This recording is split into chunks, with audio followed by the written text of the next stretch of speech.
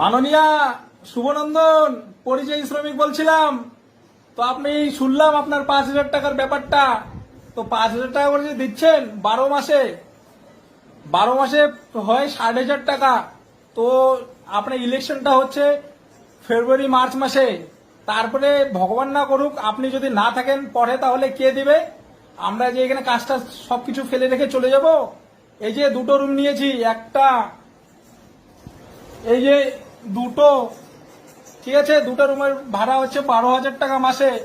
তো আমরা পুরো ফ্যামিলি মিলে 75 থেকে 80,000 টাকা কাজ করি এখানে।